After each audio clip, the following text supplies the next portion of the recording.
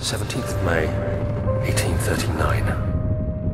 After pounding the unforgiving stone wall for what seemed like an eternity, I realized it was hopeless. I was trapped. I fell to the ground, gasping for air, trying to focus. That's when I saw a faint blue shimmer.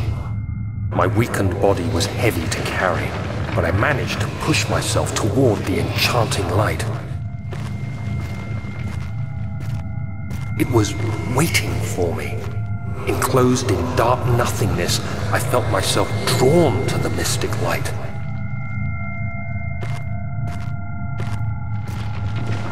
I reached out, closing it in my hands.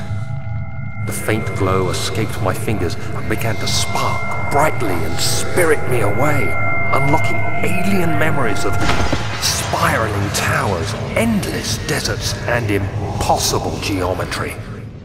The next thing I can remember is the grating sound of stone being lifted, the voices of the Arabs pulling me to safety, and grasped firmly in my hands was the broken pieces of a most peculiar relic.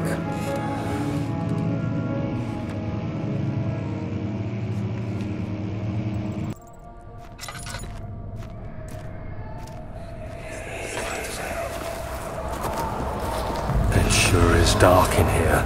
Yes, and there's a good reason for it. But you can light the lamp now if you wish. What's the reason?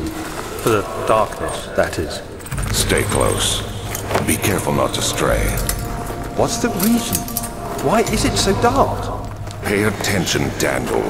It's important that you keep going straight and make sure not to stray.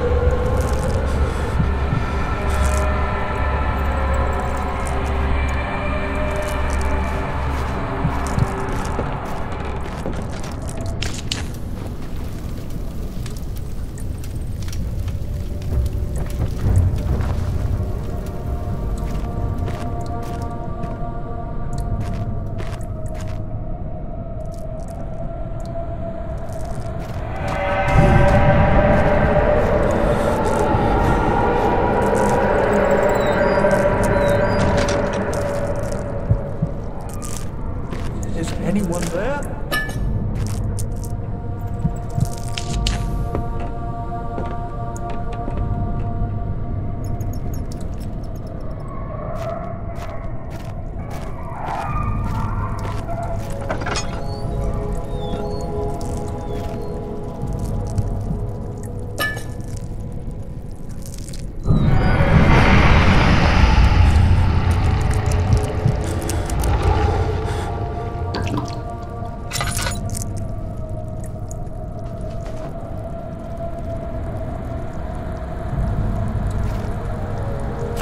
of June, 1839. It's been more than a month since my last entry. After the event inside the underground chamber in Algeria, Professor Herbert insisted I return to England. He said he didn't want to risk forfeiting the entire expedition lest I took a turn for the worse. An excessive decision, in retrospect. But I'm glad it turned out that way. I found my journal this morning in the haphazard collection of things brought home from Africa. Next to it lay the broken stone orb wrapped in cloth. I tried to assemble it, but couldn't. The pieces wouldn't fit together, as if they weren't from the same object. Could I have imagined it all? Was there ever a complete orb?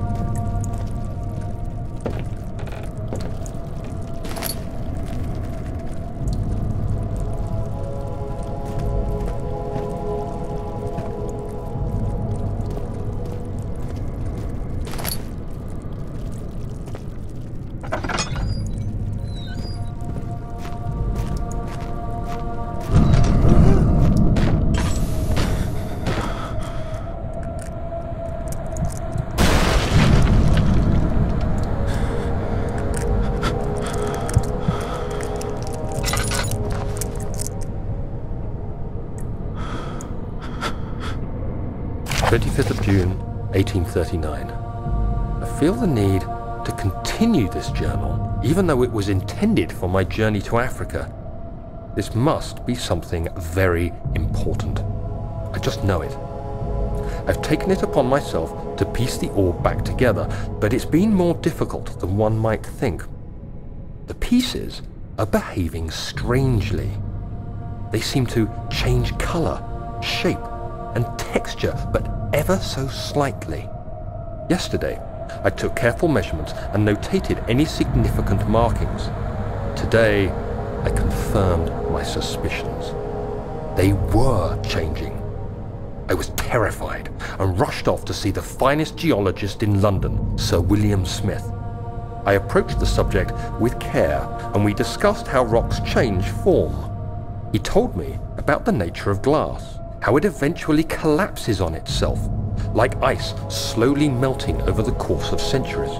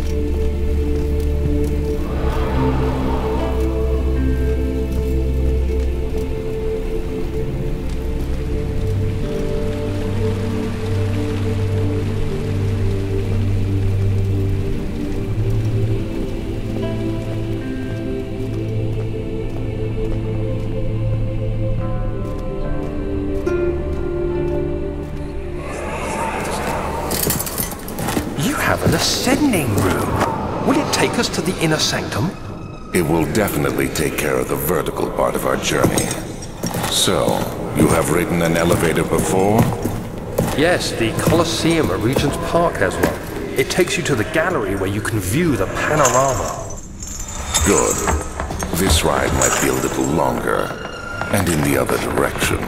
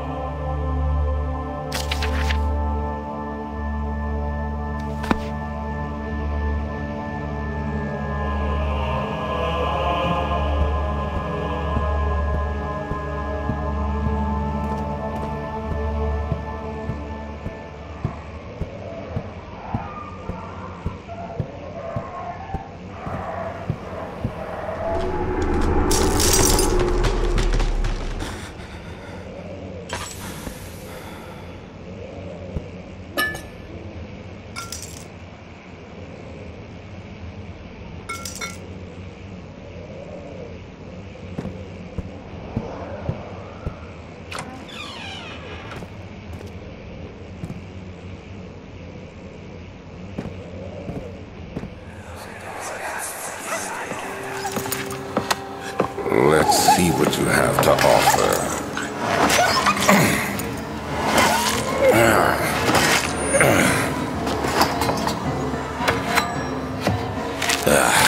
What a mess.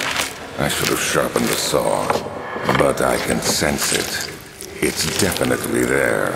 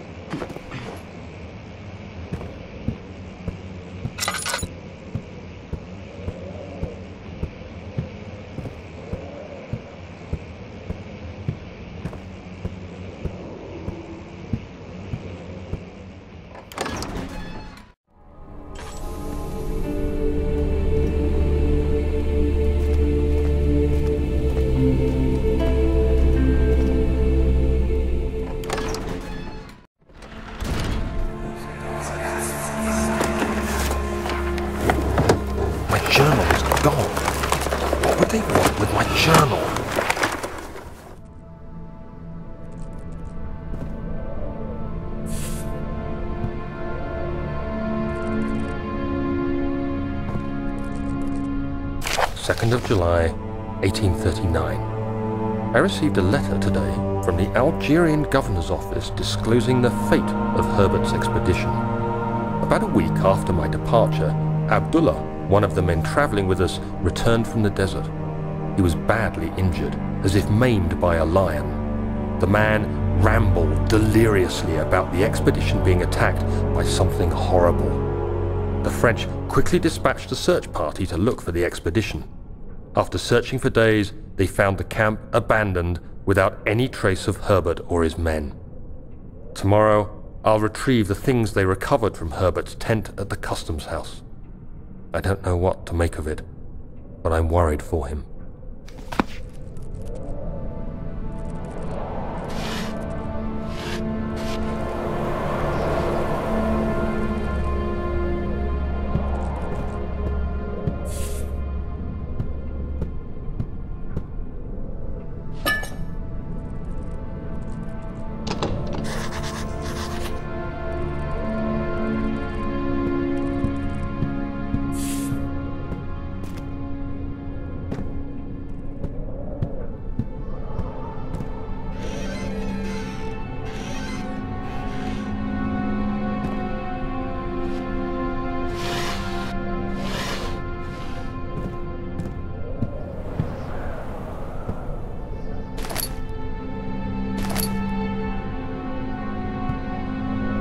Third of July, 1839. Today I picked up Herbert's things at the customs house. I dug through the trove of documents he had carried and found a log detailing the expedition. The nature of this text ranged from quick notes to colourful accounts of transpired events. I skimmed the pages, trying to figure out what might have happened. May 17th, the day I was trapped inside the orb chamber, Herbert dryly states, "Recovered Daniel after 1 hour of entrapment." This confused me greatly. I was suffocating within minutes. How could I have lasted an hour? I continued reading the peculiar text. Herbert states his facts without judgment or passion, but suddenly I could read frustration into his text. He pushed his men to investigate the underground tomb, an effort which seems to have strained the minds of his men. Madness spread through the ranks, and Herbert had to take some extreme measures to continue. He finally visits the chamber himself, where he retrieves the orb to the surface. His account confuses me greatly. If he has the orb, what are those pieces in my drawing room?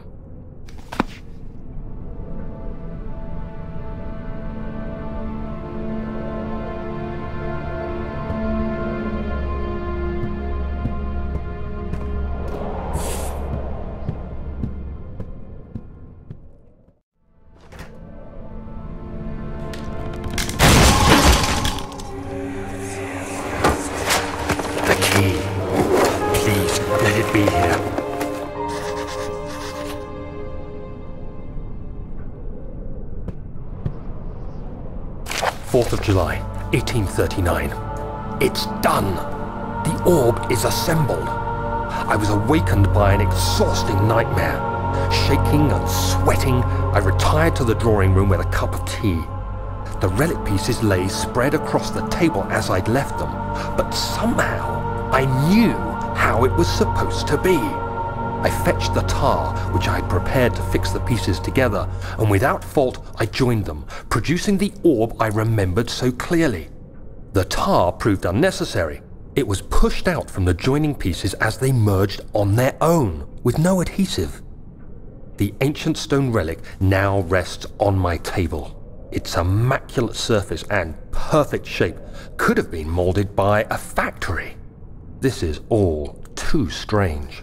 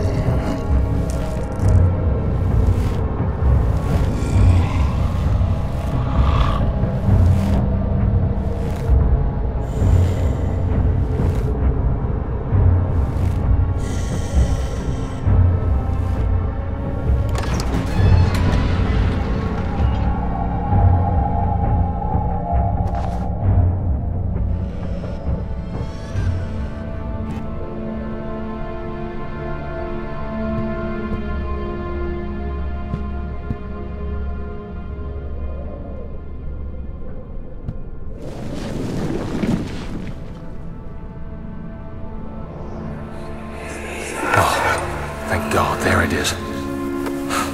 I guess it is a good place to hide it then.